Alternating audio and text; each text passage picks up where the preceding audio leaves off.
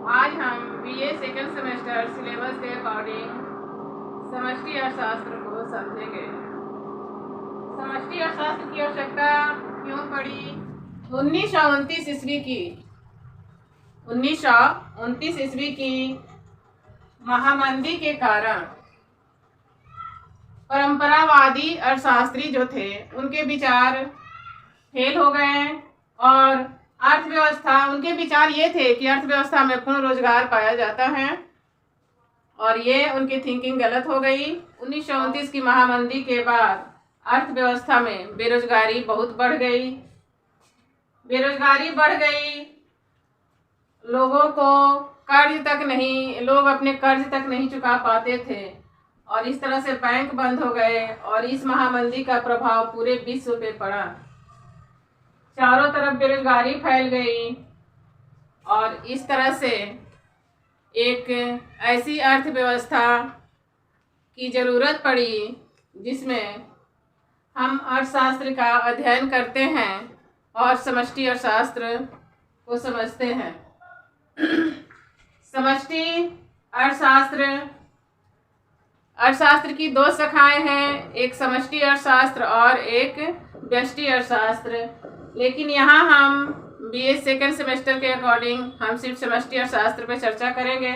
समष्टि अर्थशास्त्र के पिता माना जाता है जॉन मेनार्ड कीन्स को और 1936 ईस्वी में समष्टि अर्थशास्त्र का उद्भव कीन्स की पुस्तक the general theory employment interest and money में प्रकाशित होने के बाद हुआ।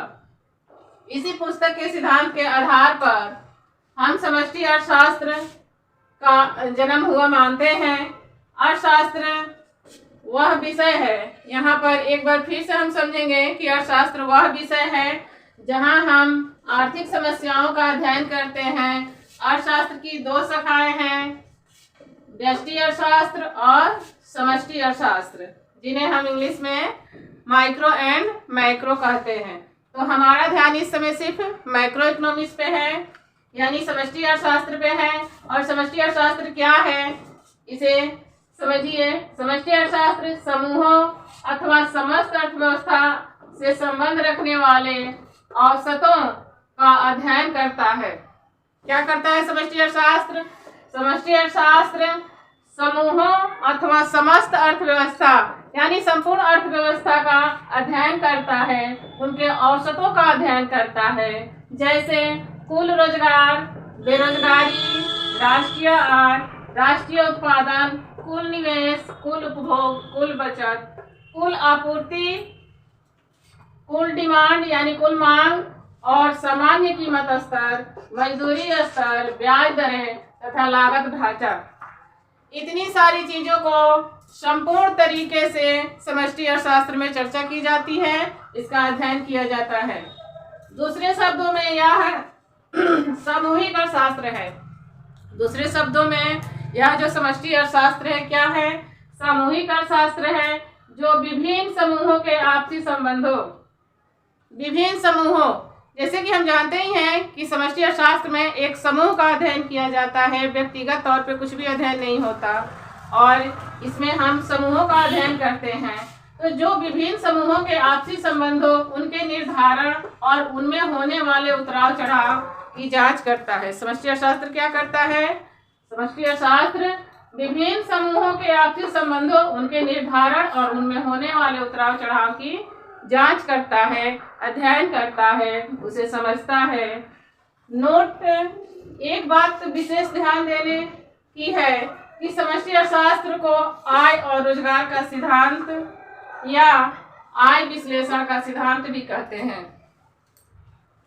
आप इसे हमेशा याद रखिए कि समष्टि अर्थशास्त्र का और भी नाम है और वो नाम है आय और रोजगार का सिद्धांत या आय विश्लेषण का सिद्धांत।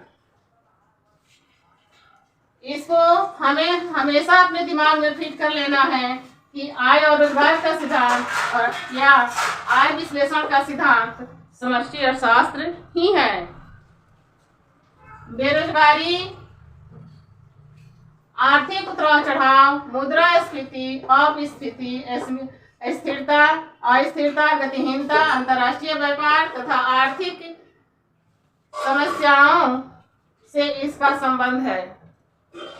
समष्टि अर्थशास्त्र का किन किन चीजों से संबंध है? बेरोजगारी से संबंध है, आर्थिक उतराव चढ़ाव जो हमारी अर्थव्यवस्था में होते रहती है उससे संबंध है, मुद्रास्फीति यानी जो